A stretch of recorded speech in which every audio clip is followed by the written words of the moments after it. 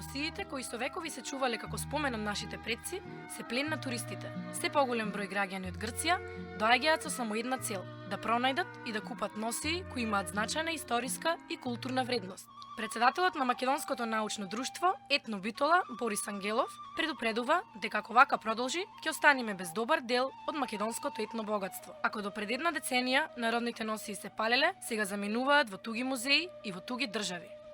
Тешко се да наоѓаат сега оригинални носи. Често пати луѓето принудени заради пари ги нудат тие по багателни цени и некој тоа го откупува, го крчми, го продава и нашо често пати надвор од земјата.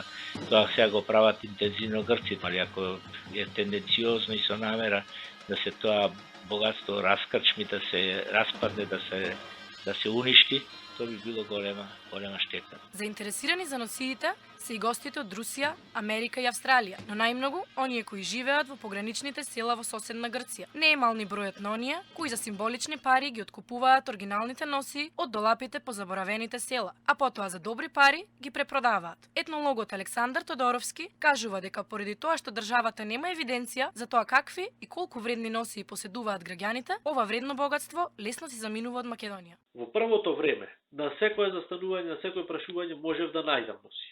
Сега, од куќа во куќа да одам, нема да најдам ни едно парче за лек. Она уште што го има музеот да го дај, она што го имат колекционерите да го дат и толку е. И утре ние ќе се сочиме со една ситуација да побараме урнек со протестна нота до Грција, ама ве молам дајте им носија и ќе пишеме долу од регионот Македонија.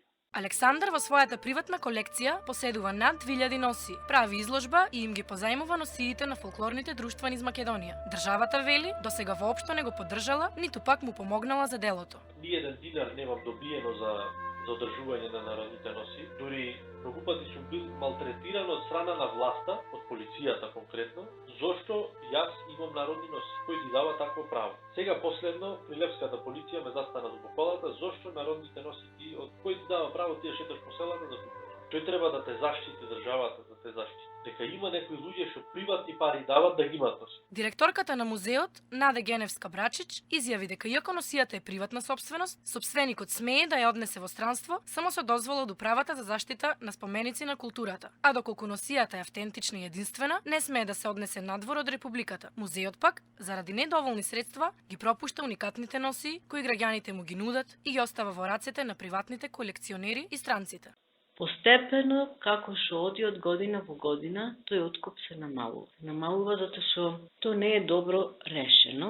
Музеите да имаат своји фондови, за во секое време кога ќе дојде лице да сака да се откупи некоја носија, ние не сме спремни да откупиме. Самиот кустос кој што е задолжен за музеот, вако е многу битен предметот што се нуди да се откупи. А во главном, наш главен финансир е Министерството за култура. Наспроти оние кои се помалку го почитуваат фолклорот и традицијата, има и такви кои се трудат да го задржат и обноват. Нели Панова е една од неколкуте ракотворци. За да се зачува ваквото нешто, значи нашето традицијата, историјата, има Сдружение на ракотворци во кое членуваат доста жени и мажи, 20-30 моментално активни, има се повеќе млади, многу ми е драго. Наследиле нешто од нивните баби, дедовци и го продолжуваат тоа.